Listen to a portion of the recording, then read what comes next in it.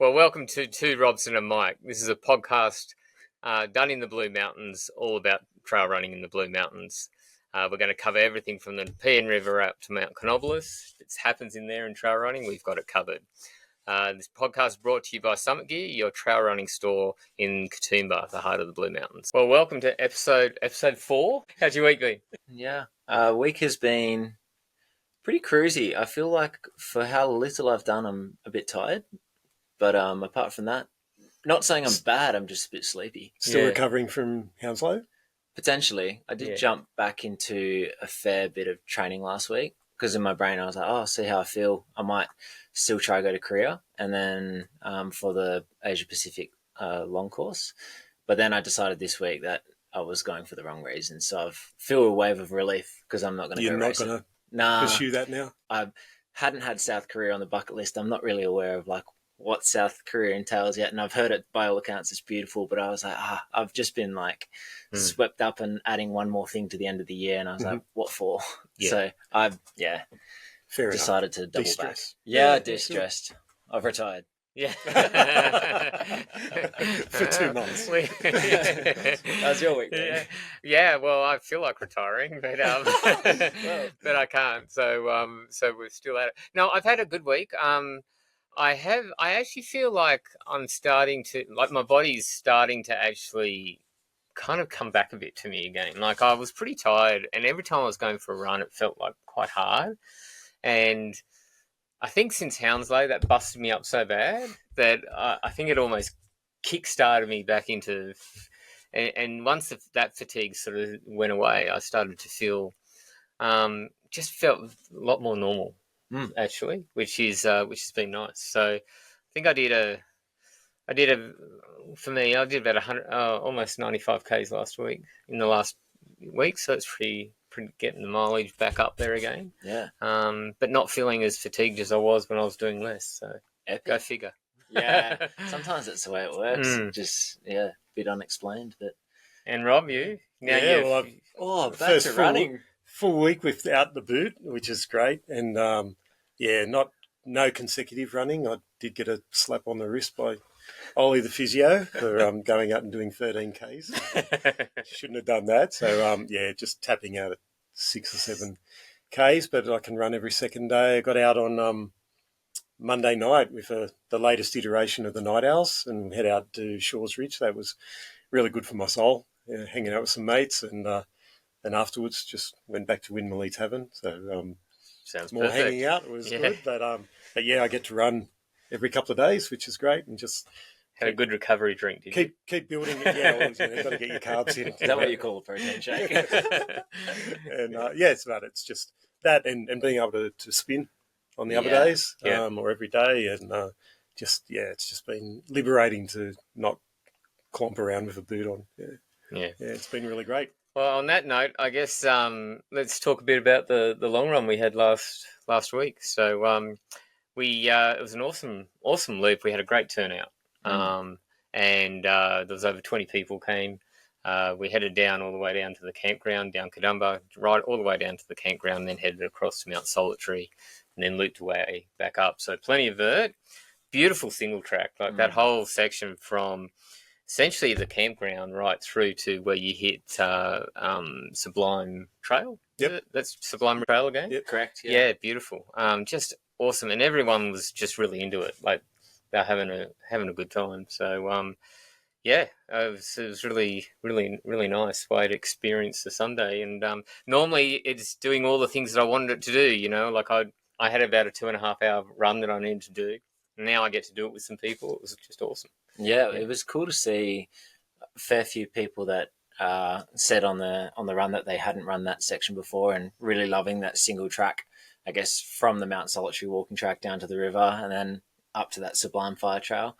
So they were really enjoying it, and I feel like seeing other people experience a place for the first time is almost as good as the first time you experienced it. So yeah, absolutely. Yeah, it was cool. I was really pumped to see so many people of, I guess, like different age. Like we had plenty of male runners, female runners. We had, I guess like young crew and then all the way up to Jock, who's 82, came along. And so, it was just a really nice morning out. I was came into work after and was like, "Wow, that was a wicked morning." It was really good. And there was some people that didn't have time to do the full run, but they started with us and they just did a rep of Kadumba. And that was cool too. Yeah, which is great. The more the merrier, and it's also one of the comments that we got was, I wouldn't have come this run by myself, but people like to go and explore these areas, but only with other people. And so it's good that we sort of had that vibe going. And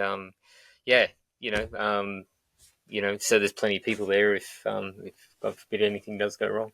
It was cool, yeah. Even like Ange popped up from Wollongong. It's cool to see people travel and just, there was an awesome group there that can just, I guess that is one of those loops. I think the first time I ran out in the Kadumba Valley by myself, I thought to myself, this is probably not a good spot to go down or do something silly in terms of it does feel remote. So it's like, even though I think over time you run it so many times that you start to get comfortable out there, but it's a good loop to do with people for the first time. Yeah. And then you showed me the goat track. Yeah. And so now I know where that is. Yeah. I'm pretty keen to give that a go. So let's go back up the goat track. Yeah, well, I've got to work out where it pops out, but but I'm super keen to give that a go. Yeah, so I showed Rob where it basically pops out at the very top of Kadumba. So there's like a pile of rocks, a little rock can on the third pole when you go around the steep concrete bend. Mm-hmm. And he's like, "How does it go down there?" And I was like, I don't think you can really see from going down, but looks like you're going straight off a cliff. Yeah, it's not too far from that. But the bottom half's a great trail if anyone wants to do it. It's got a chain section with a scramble, but like the whole bottom half is like obviously easier to go up. Yeah. Down. I reckon in my head I'm like, it's a go up thing. I feel like going down is, you're definitely searching for adrenaline or something. But the top half is somewhat scrambly for sure. No, I can't wait. It'll be awesome. Oh, awesome. And while you guys were off running around Kadumba Valley, then I was down in the lower mountains running the Blue Mountains Marathon Clinic's Hipster Coffee Run. It was the 11th running of that. And this year was a special one. It was combined with Ben Berryman's 50th birthday. We had about 40 people, a few less coffee shops to stop at this time, but lots of running. So it's a good whole morning out. Lots of interesting outfits, and that's the biggest challenge, is not getting through how many coffees you can get through in sort of 5 or 6 hours. The biggest challenge is, what am I going to wear this year compared to what I've got to say. He holds his age pretty well. Like he doesn't scream 50 to me, Ben. No. So, well done, Ben. You did well. So it was really terrific. A lot of the old faithfuls were there that are there year after year, but then we had some more people. And what was your outfit? My outfit was... Yours was good. Thank you. Yeah, I was impressed. I was like, gee. I look very preppy, but I can tell you, even just the short run, because, again, I'm limited to Ks, so I just ran from Blaxland to East Blaxland and back. And I was sweating. It was so much hotter in that outfit. And I've made that mistake in previous years. I've run one year in jeans and had to call in at home on the way. Luckily, that route did take us through Valley Heights and Sun Valley, so I did a quick detour up to home to get changed into shorts. But and there were a couple of people that did that as well, that had an outfit for the start, and then were changed by the second coffee shop. So lots of fun, a real lot of fun for that one. And there were people. Luke Doyle came up from Canberra to run that, and it's one of those things that the people that want to do it, really enjoy that, and it's a highlight of the year. Yeah. But one thing I will mention, like when this podcast goes out, we will have already run the Sunday long run this weekend. Yes. But there are a lot of turns and twists and stuff. So for people coming, sometimes it might help if you, like, the GPX files are on the website, on the Summit Gear website. Jump on there, download the GPX file, and make sure you take the right directions with all the different turns and stuff. So just make it keep us all together. Yeah, because I think everyone's running it at their own pace, and sometimes if one of us doubles back and we miss one of the turns or intersections before the front runners have gone through, it's like we can't kind of be everywhere. So everyone's welcome to do it, but just grab the GPX or download it on somewhat have an idea on the maps on your phone or something. And I had a thought also that how our long run could have been better on the weekend is that next time we go out to Solitary or any of that Canova Valley region, on the way back, I actually didn't have time, but I thought should go to Wentworth Pies and have a pie on the way back. Yeah. It would be amazing because I ended up having 2 Wentworth pies, and I was just like, that's perfect. Yeah, well, we did. There's a bunch of us went back to the pie shop. Was that Mountain High Pies or Schwartz's Bakery? We went to Mountain High. Yeah, Pies. that's yeah. So there's a bunch of us, and there was some other trail runners there, and we all ended up sitting as a big group. And I must have missed the invite or something. No, I put it out. Maybe actually you were back down at the time, but no, I did run. But I think just similar. That's right. You did an extra round. Yeah. It wasn't your fault. That's I right. was adding on time. You weren't looking to be consuming pies and sausage rolls. Well, I was. I was their veggie pies are amazing. It's like my staple diet when I. But I think similar to our Sunday long run, we're not going to do the same thing every week. No. Yeah. I think we've got to share the love in terms of establishments that we'll go and visit as Yeah, well. absolutely. So not only just coffee shops, but the pie shops, that's why I said, you're talking Mountain High Pies, Schwartz's Bakeries there in Wentworth Falls is also a really popular one. And there's others, So, we'll definitely move around the mountain and share the love. And, Sounds like an awesome idea. Hungry runners. I know. Like we certainly smashed why do you some think pies. we run ultras? Yeah, exactly. Exactly. Nice. One bit of really positive news that's come out in the last couple of weeks is the Botel Swing Bridge on the 6-foot track's been reopened. That's been closed for a couple of years now, and the engineers have done an awfully fantastic job. I believe it's heritage listed, so they had to keep it looking the same. I did read a response by Peter Few, who was the chief engineer. I think him and his team had been surveying it for the last 20 years. And they were the ones to make the call to say, no, we need to close it. We need to do some work to improve it and make it safe. And they've certainly made it a lot safer. So don't hold me on this one, but I've heard that you could now have up to 5 people at a time. Wow. Whereas the previous Botel was 1 person only. Wow. They've made it wider. So you can actually get a bike across it now, like mountain bikes. So they've intentionally done that, and they've done a whole lot of reinforcing and webbing all of the cables and that, so that if anything was to break, then the rest of it will hold it, and it'd still be really strong. It won't be anywhere like the swing bridge that we all knew and some people feared. So that's really great news that's open, so people can do 6-foot track and stay dry. Yeah. In highly wet weather or flooding, when the Cox is under flooding, then they'll be able to get across. So that's really terrific news. Yeah. Nice. Yeah. The only time, before I moved here, I had no idea about this river, right? Yeah. So I'm just traveling from WA, and I was like, I'll just run out on the 6-foot track because it's a thing. And I just ran down to the river crossing, and I saw the bridge, and it was talking about water levels and stuff, and I was like, I had no idea. And I ended up crossing the river, and it was so powerful. And I was like, holy dooly. Yeah. And it's so long to cross. And I've had a couple instances where naive WA boy almost gets unstuck. And the other one was, I think in the same trip, I ran up to Feathertop one afternoon, and it was in summer. And I just ran up there with like a shirt and shorts and like my pack and stuff, and no jacket. Yeah. I got up to the top, and it was absolutely freezing and blowing its head off, and my hands went fully numb, and I couldn't use my pack, and I'm just running back down the hill So I'm trying to get you. Yeah, I'm sure the bridge will be super appreciated. Yeah. I mean, the diehards from the 6-foot track would say it's sacrilege to go across the bridge. You've got to cross the water, but when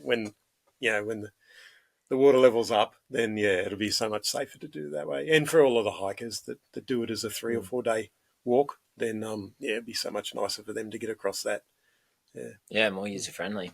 Nothing wrong with Since that. we're talking about track closures, any other closures you're aware of?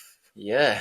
So off the top of my head, there was the Andersons and Bedford Creek Fire Trail was going to be closed until October 4th. Govetts Leap will also be closed on Tuesday, the 15th of October, just for the day. Just for the day? Yeah. But I'm assuming that's the whole access to the car park. So might be a day for Evans or something. maybe they've redone both because they had Evans close for a while as well. Mm. Yeah, Great. apart from that, I think it's all similar to what it was. This weekend, we won't have a Sunday long run. That's correct. Because we're going to be out at Orange for the Lonely Mountain Ultra. So, if you want to have a really nice long run, then head on out to Orange and register for one of the distances. There's everything from 11K up to 100 miles. So they've got everything. They've got everything. So that's where the Sunday long run will be, although it'll be a Saturday. Yeah. For us, unless you're doing the miler, and you might still be going somewhere. That's right. And come up and say good day to us as well. We'll be there in the with the Summit Gear tent. So, yeah, awesome. This week, in the lead up to the Lonely Mountain Ultra in Orange, we've got an interview with race director and organizer Scott Hazelton. So it was a great chat. Here's our interview with Scott. Enjoy. Welcome. So, Scott, you're the race director for Lonely Mountain Ultra?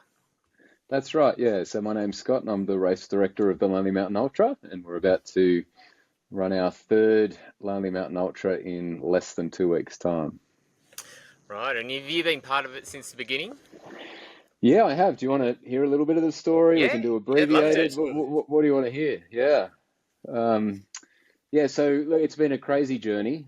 We can talk about my very average running background if you want at some point, but essentially... I can compare it to my very average running background. Well, I would like to go after the Hounslow again, but that was the last episode I listened to, so maybe we should let dead dogs die. But anyway. Yeah. Look, long story short, so my last name's Hazelton, and lots of the Hazeltons live in Orange, New South Wales, and I didn't grow up there, but my parents retired there, and so 9 years ago, I relocated to the area for the first time to live there with family, and I had little kids at the time, etc. Anyway, my parents bought a beautiful 80-acre property right on the northern side of Mount Canobolas. Yeah. I'm not a runner. My background was cycling. Sorry about that. And then gave up cycling with little kids. I think the roads are much more dangerous than they used to be, and so I thought I've still got to enjoy that fitness side of things. So anyway, long story short, got into some running, got into some trail running, and then when we visited my parents, I used to just run up this road called Mitchell's Way. And Mitchell's Way is pretty much straight to the top of Mount Canobolas from my parents' farm, which is now the race village. Right. There we go. Connection. Yeah, and so But you're integral to this whole thing. That's right. Yeah, that's exactly Without you, right. the whole thing falls apart. Or mum and No, dad. I don't want that message to go out. It's not true, lads. The team behind this thing's amazing, and I'll tell you the story. Look, anyway, So I used to run on that side of the mountain, and not many people would run on that side of the mountain because it's the furthest from Orange. Most people ran on the eastern side of the mountain. And that was just sort of my thing. It's 14 Ks straight to the top, straight back down. You get 600 meters of vert. And back in the day, before they harvested all the pine forest, it was this beautiful run. You know, you had the sound of the wind in the pines. It was very remote. It was a single track, like a goat track to the top before you hit this sort of famous section called Powerline. And you just felt very alone, very lonely, if you like, on the mountain. And I grew up as a kid reading, not watching. As a bit of a geek, I used to read the Lord of the Rings trilogy and The Hobbit, if you're familiar with that. Yeah. And look, over time, I used to run out there and think, gee, this is just made for a running race. Imagine if some people got together and a race could happen out here. Long story short, in 2021, through some word of mouth, a few trail runners from the area we just got together and connected. I can't even really remember how it happened. In October that year, we got together and said, let's see if someone can run about 100 kilometers on the mountain. And there's so many routes up to the summit. What if we try and map out a bit of a rough course and see if you can tackle the summit from every route possible so that you end up going over the top, and see if you can get about 100 Ks. And that's what happened.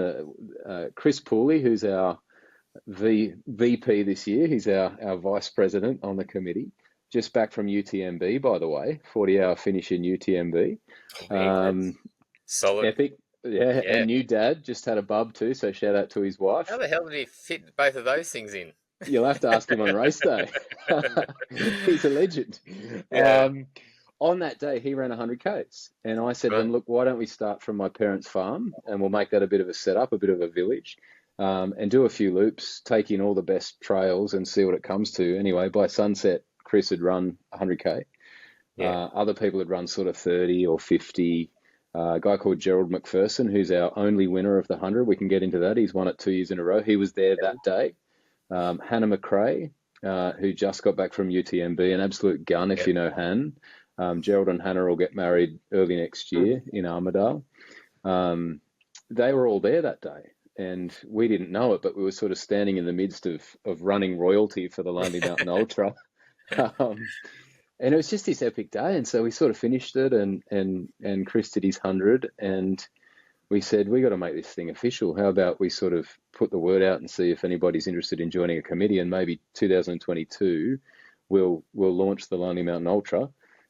Different distances, different loops. The big one can be the 100K. It ended up being 104K, and the rest is history. 2022 was the year that it started. Awesome. So I was there last year and just really loved the vibe. I got back and I was telling Rob, well, we definitely need to make this a big part of our calendar each year. It was just such a really lovely, like a local vibe, but, there's something for everyone. I mean, if I just rattled off the distances, besides the kids, there's a 2 and 4K race, but for everyone, there's a 11, 22, 32, 50K, 50 mile, 104K, now big news, 100 miler. Yeah. Really, you've got everything covered, from the sprinters that just want to be done in an hour or a bit over, all the way to people that want to go for a couple of days, really. Yeah, you're dead right. I'm so proud of the committee to be sitting here talking to you guys, and thank you for your support right from the start. You guys have been great supporters. I haven't mentioned Sammy Collins. You guys know Sam. Yeah. He's overseas Sam this was year. our link. Yeah, he was our original link to Lonely Mountain Ultra. Yeah, such a great guy. Overseas this year, young family, spending a year in Germany. Actually, it's a funny story with Sam. For race after race, there was Blue Goat, there was one where we went down to the Snowy Mountains Ultra. What would happen is I'd be running, and this guy would be behind me the whole time, right? And for about 20 kilometers. And then he'd just, literally just blow past me all the time. He kind of got this funny joke that, he didn't really recognize me unless it was, looking at my back. But he was just he'd always just sit behind me. I'd feel this pounding, behind me and stuff. It was always Sam. And he'd just wait till I tired out, and then he'd just take off and leave me for dust. So that's the sort of bloke Sam is. Sam is a serious runner. He can He's really good. run. Yeah. But he's also got a heart of gold. I don't know that I've met someone who's prepared to just humbly get in and just get jobs done that no one sees. And he captured the vision really early, and he's become a good friend and an inspiration to me. He's a lovely bloke. Yeah. Lovely guy. So having you guys on board and partnering up and bright future, I think, with Lonely Mountain and you guys moving forward. So just great people, and you're dead right. So this year to have a miler, we sort of dared to dream, and we used to talk about it and joke a bit, when you get these grassroots events up, you sort of think about what it might be. And we just sat down before Christmas last year and said, okay, so we're going to do the miler, or are we not? And there are enough people there that know how to run milers and are a little bit experienced. And most people are saying, because you really extend the weekend, right? If you're going to cater for a miler, the amount of volunteer hours, your input for medical support, the expenses that are associated with that, the route we've put together for the miler, it's not like adding, just a small layer to your event. It's a really big undertaking. Yeah. So we did the best we could, and we just said, let's just do it. We can do that. Let's send it. We'll do the long Clearly, weekend. you're not doing it for financial reasons, because in my experience of running trail running events, the shorter distances is kind of where it's at, where most people are playing. But so the extra cost and logistics of putting on a miler, it's not, you're not doing it for financial reward. It's really just for the love of running, really. Yeah, you've nailed it. It makes no sense, does it? Any of the miler makes zero sense. Yeah. Including saying to the committee, hey, we're going to do the miler. Yeah. I'm really excited. Do you want to talk miler or? Yeah, well, kudos to you guys for putting it on for sure. Yeah, thank you. Yeah. What was the question? Are we doing the Do you want to miler? talk No, do you want to talk about the miler, or because it's Yeah, I'd brand love to. Yeah, new? yeah, Love So to hear absolutely. about it. this is Yeah, this is breaking news. Like, you guys are about to reveal, I think, the miler to the world. So that's pretty yeah. exciting. It's So do you know the Orange area at all? I do vaguely, but Yeah, again, just Yeah. like I know there's So a it's lot of passing wineries. tourist. yeah, brilliant, and a mountain. Yeah, that's right. Yeah, so when you drive to the village, like you experienced last year, if you kept going, if you just kept on that road, it's called the Cargo Road, the land just falls away and it opens out in this beautiful farming croplands. It's really productive land, but it drops away from the elevation very, very quickly. And so we always thought the Lonely Mountain is tough. I think the toughest part of it is it's loop based, and you're going to hit that summit. And if you've had a tough time getting there one time already, let's say even if you're doing the 50 mile, and you think, okay, I found it pretty tough hitting the summit after 40 something Ks in that first loop, and I got to get back there in the back end of my race. You're at the event village. You've come in. You don't get to finish. You're in the transition zone. Getting yourself out there again is pretty tough. And we were thinking, a mile is hard enough without people having to think through, I don't want to go up that mountain again. Like, I've already been up there. I've seen it. I don't need to find another way up. So the concept was always, if we did a miler, we want people to experience the journey to the mountain before they're actually on the mountain. So the miler, the first leg of that is point to point. You might have seen it on the maps. There's a little town that you go through. It's called Cudal. And they got this beautiful little showground right on the low country. It's about 400 meters of elevation. So the summit of Mount Canobolas is 1,000 meters higher vertically.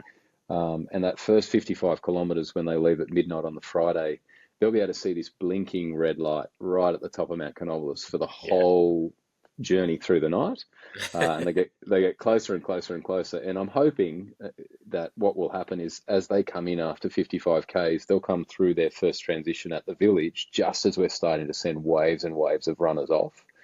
So I hope that gives people a real lift. And for the miler runners, they'll come in, get their nutrition, see their support crew for the first time. They've run through the night, the sun's up, and there'll be all this activity in the hub. We might have 2,000 people there. And just give them that big lift, and then off. They'll be running with the 50K and the 100K loop at that point. So brilliant. That's the idea. Yeah. Yeah, so they won't be alone, really. There'll be people sort of coming past them, or they'll be overtaking. Or Yeah, I think you're right. I think the night will be quite lonely, hence hence what we're looking for. But pretty flat, pretty manageable. These guys are experienced runners. Anyone that tackles a miler, where if you look at the select. To be able to qualify, they have to have some experience under their belt. So it's quite self-supported and alone through the night. But by the time they hit that hub, the village, after 55 Ks, lots of lift and lots of support for the rest of their race, really. The back end of it, they should always have some company. And Scott, I like that, it's a journey up to the mountain. Does that tie into Lord of the Rings again? Yeah, look, we can geek it up on that if you like. Yeah, but we try not to go too far. But... I don't know, Mike, do we have time for this level of geekery? What I want to know is, what's the total elevation in the 100 miler? Yeah, great question. So what I've tried to do, putting all the loops together, is to keep it reasonable. So the miler is about 5,000 vert. Yeah. And if you compare that to, say, a Tarawera or something, Tarawera is your classic flat miler. Yeah. So we're more than that, but not by too much. But as you come back each distance, I'm trying to drop about 1,000. So the 104K is about 4,000. The 50 mile comes in around 3. 50K comes right in on about 2. 32K, you actually get 800 vert. I think that's the most challenging loop. 32, it's got everything, especially when you hit Wombat. 22. Yeah, I remember last year, all of the 100K runners, 104K runners, all talking about Wombat and going, that 30K loop, that was the toughest. Yeah. Sorry, I skipped one there. I think 32, is just over 1,000, and 22 is just under 1,000. Sorry, I missed that one. 32, you're over 1,000 vert in 32K, and you got some serious climbs. 22 is a genuine loop, as you guys know. I think that's a great loop, that one. That's sort of your go-to. If I've got a chance and I want to do a bit of a long run with some elevation, the 22, or the committee, we love the 22. Like it feels like it's achievable, but it's still a Yeah. challenge. Mm. But even the 11K, like the 11K is the only loop that's not part of a bigger distance. It stands alone. Yeah. And it's got an elevation of around the 500 meters, and you don't get to the top. But yeah, it's sort of that first experience for lots of people. They might be park runners or whatever, and they just want to have their first go at a trail. You get a serious climb on that. You got to do Black Flat, and that's a serious climb. Epic. They're all super solid. So the Lonely Mountain Yeah. Ultra, like what I kept hearing is, such a great vibe. It was, what as a committee do you do to sort of create that vibe? Like, what I mean, you must think about it. How do you create that vibe at the place? Yeah. We've got great partners. So you guys have jumped on it, and we're very grateful. And everyone that's come in, they love the trail community. They're not in it no one's in it for a buck, right? Really. Yeah. You're in it for the community, and we really feel that. So to get people like Mountain Culture on, and to have the right people that are there for the right reason, I think is the first thing you do.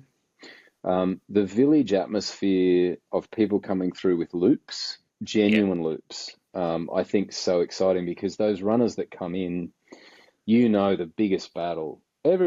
Anyone that's run, say, 100 Ks knows what your legs feel like after 70 Ks.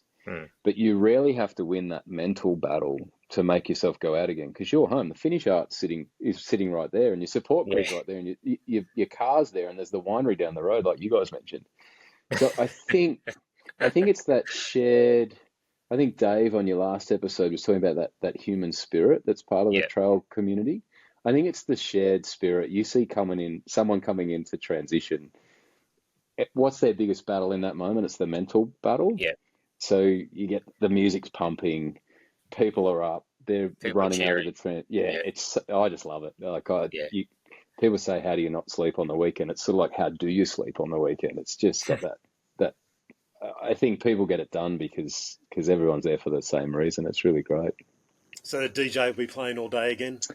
Yeah, we'll have the tunes. We'll have the tunes cranking out. Yeah, absolutely. Long into the night as well. Yeah.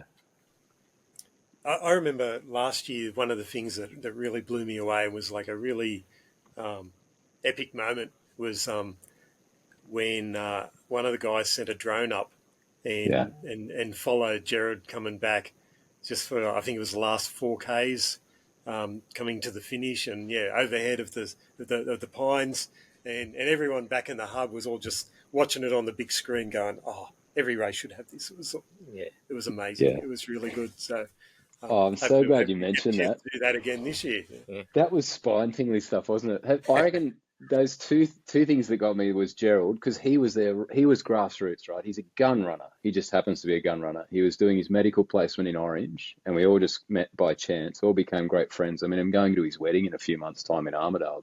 That's what the trail community does. And to see him come home on the drone, in his second go at it, and he was miles out in front, and it was a better field, was just electric, wasn't it? And that vision was just extraordinary, and everyone in the village that knows the course could pick up exactly where he was, and to see the pace he was running sub fours on that terrain after 100 Ks to bring it home, with a little bucket hat bouncing along. But the other thing that got me, guys, is in the first year, we didn't have a female finisher in the 100. Right, and Anna Pillinger turned up, supported by Sim. And she finished in daylight with the drone tracking her for the first ever female winner of the 100 in a time that was unbelievably fast. And I think she was just getting it done. She just picked up a Hoka sponsorship and was really starting to get moving. So the drone then picked her up, and we had our first ever female winner and finisher of the 100K race, which is and that was all on this big screen. It was just so epic. Yeah, I remember that coming in as well. How good was that? Yeah, and the sun hadn't set. And I remember there was this moment, I've talked to her about it since. I didn't know her before the race, but you just become friends with people. she was running and she was within 2Ks of the village and she was really hurting. So she stopped and she walked. And she could hear on the microphone, like I was just yelling out, going off my tree, can you see us, Anna? Because we can see you.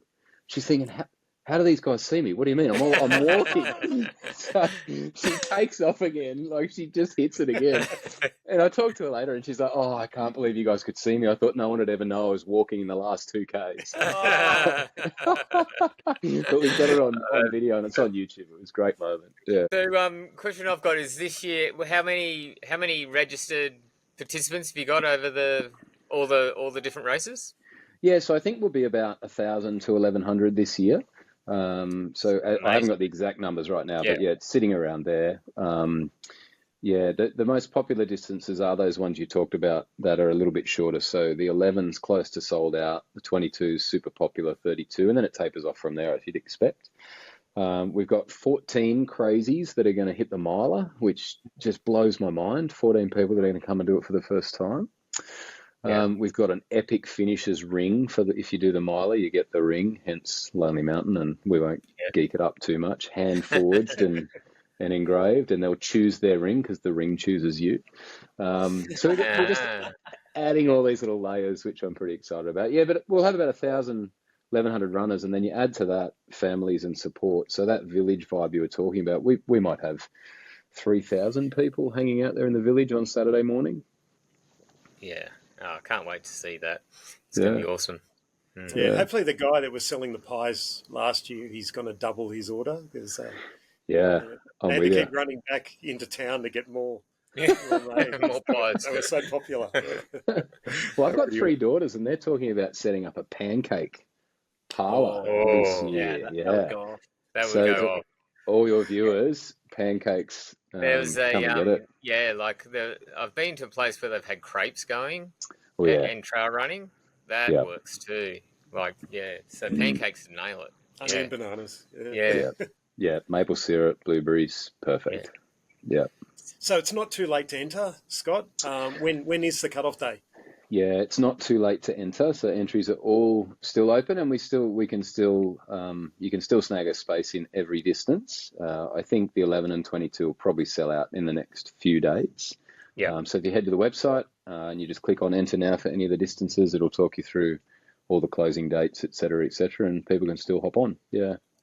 Yeah, I was talking to a bunch of people, and they were just after one of our summit trail runs, and they were all saying they're going out to Orange to do it, but none of them had yet registered. So there's, but they were dead set. No, I'm there. I'm going to do the 30. Yeah, better register. Yeah, so you might have a rush of last minute registrations coming. They're all on Blue Mountains time. Yeah.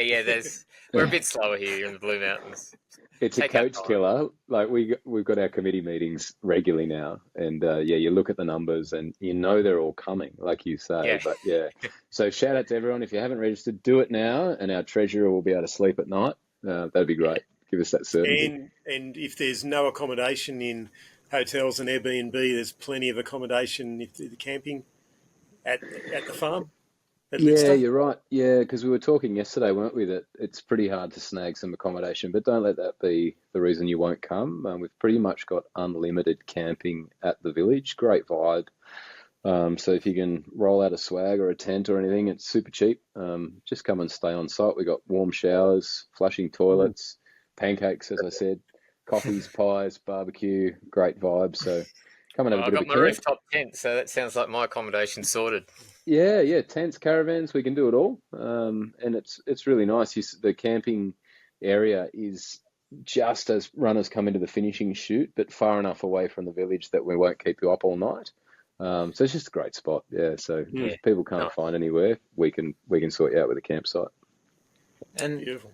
I just have one more question for anyone that hasn't run in the Orange area before. What kind of trails will most of the races be on? Like in terms of, is it fire trails, single track, and technicality? Yeah, great question. And congrats for Hounslow too the other week, by the way. That's a great run. I'll edit that out. Don't worry about Mikey Diminuantes. He's a freak, hey? Anyway, he's a weapon. Yeah, he is a weapon.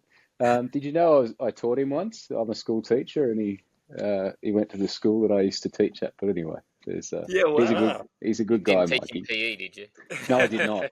No, he didn't take. I'm a chemistry teacher, and he didn't even take chemistry. But anyway, Yeah, he's he a seems like he's a smart kid. lovely Yeah. bloke.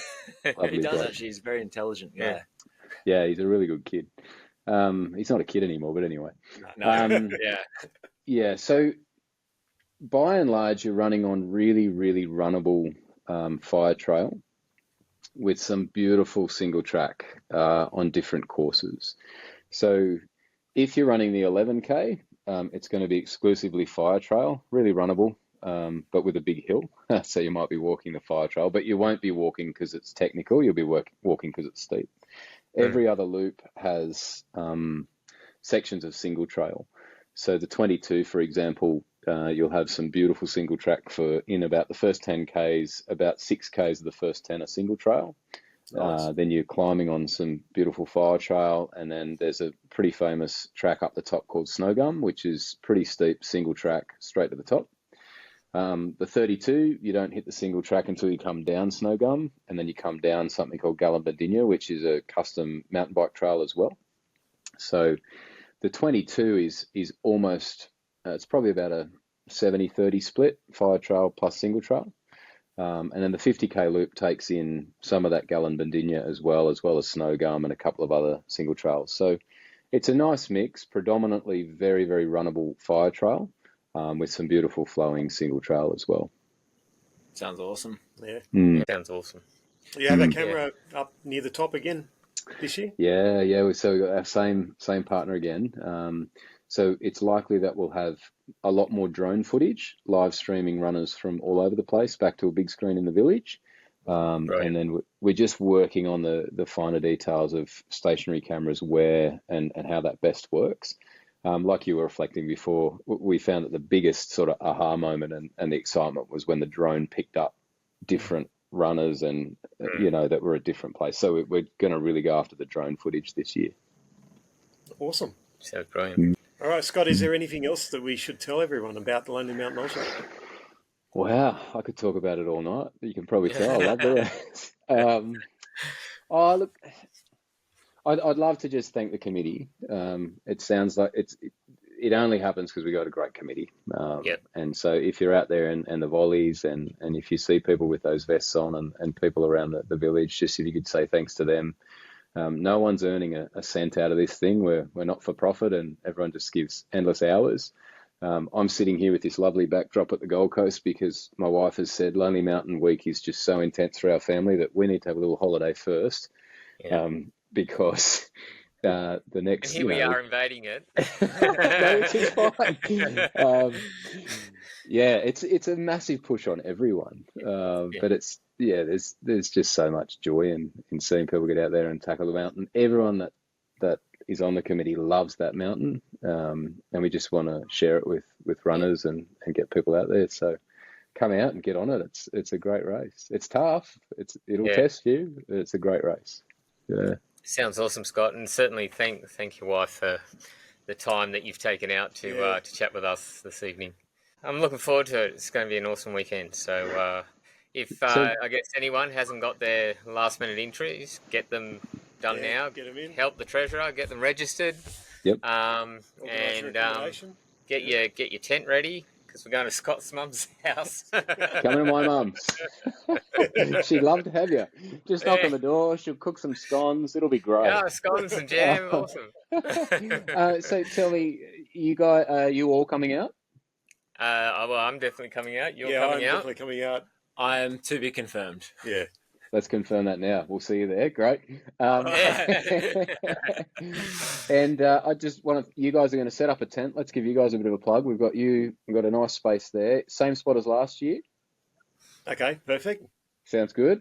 And what are you going to come out with? Everything? So we'll have nearly all of the mandatory gear items for people that have turned up and realised that they've left something at home, or they didn't have something, or they didn't realise they didn't read the fine print. We'll also have a whole lot of nutrition and hydration. We'll have some running vests, some poles, run caps. We're going to have some shoes as well. So we're partnering with La Sportiva. Got a brand new shoe that was only released this year called the Prodigio, and they're going to have a test fleet so people can chuck them on and Oh, go for a great. run up the road and back, get a feel for those. But we'll have some other good bargains on some other products as well. Yeah. So is that a trail shoe? Yeah. Yes, yep. So the Prodigio, it's La Sportiva's latest trail running shoe.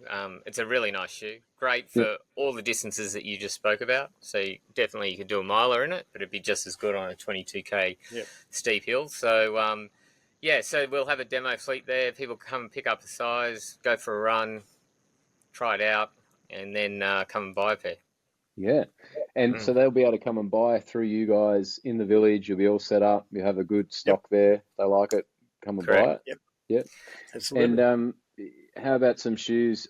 There was some giveaways last year as well. Are we doing something similar this year? Yeah, that's happening again this year. Yep. Yeah, tell me about that. Prizes. So they'll be in the prizes. Yeah. Yeah, so people might pick up a free set of shoes. Well, they may if they just got to get to the pointy end of the race and get on the podium, and then they might get themselves a nice La Sportiva trail running shoe. Yeah. That's outstanding. Thanks for coming on board for that. There was some great excitement last year. You know, people like to try new shoes. You always think, oh, maybe I don't quite have the edge. Yeah. I was actually in New Zealand earlier this year with a friend. I hiked the Kepler track. Have you guys heard of the Kepler track in New Zealand? Took the kids over and we did that as a hike. And I tried out some La Sportiva shoes and they were magnificent. So how good. It's a good partnership. So thanks for getting on board. No problem at all.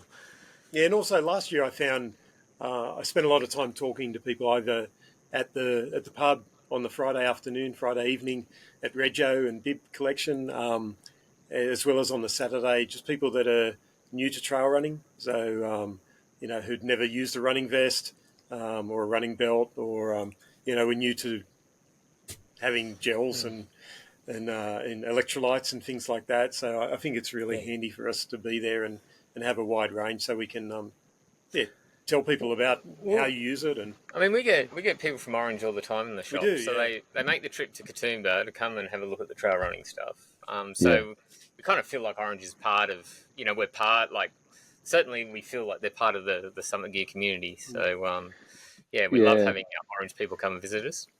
That's great. We certainly feel the same. Orange is sort of that, it's a bit frontier. Like if you're going to keep heading north and west, the land drops away from Orange and that we feel close enough to the Blue Mountains. Lots of our runners that want to go up there and they might be doing Hounslow. They might be going to go and hit the UTA. They'll be doing 6 foot. We have heaps of people do 6 foot every year.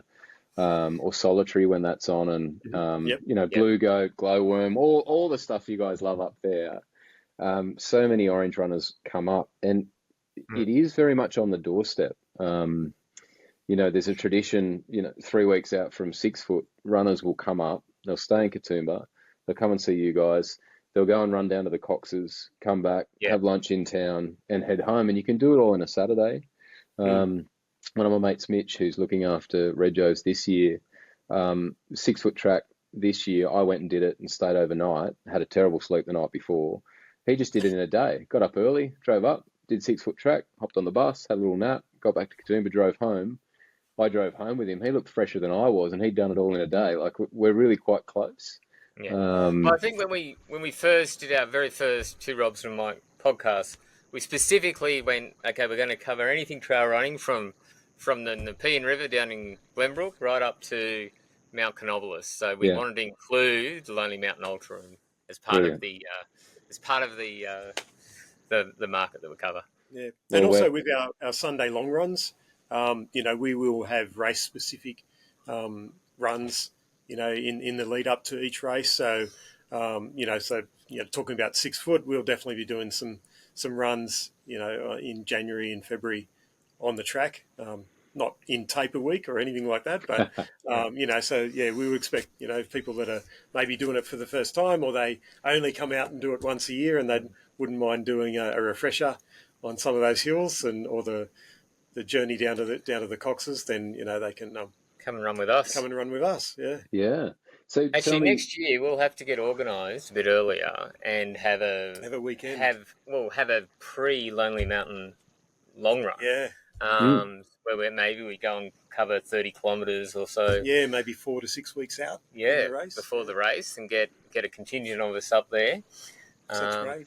We'll have to talk to Scott's mum and see if we can get, Scones and get onto tea. the course. Those are things we can really arrange for groups Yeah. that want to come out, and it's no Awesome. problem at all. And Dad just loves having people come visit the farm, and if we do it the right way, that's no problem at all. And what does he Absolutely. farm? Just So he's very much a retired hobby farmer. Yeah. So yeah, they're in their late 70s now, but he just farms some sheep still. And look, people that come out will get to see that he's in lambing season at the moment. So there'll be these beautiful little lambs jumping around for the kiddies, and it's a genuine hobby farm. So a lot of people come up from Sydney, and the highlights, Dad's out or Mum's out running the 22, and I'm here sitting with the kids, and they're just experiencing the chickens or the lambs or whatever it is. It's a bit of fun. It's a real country experience. Yeah, beautiful. That sounds great. Yeah. Well, on that note, Scott, we'll let you get back to your holiday.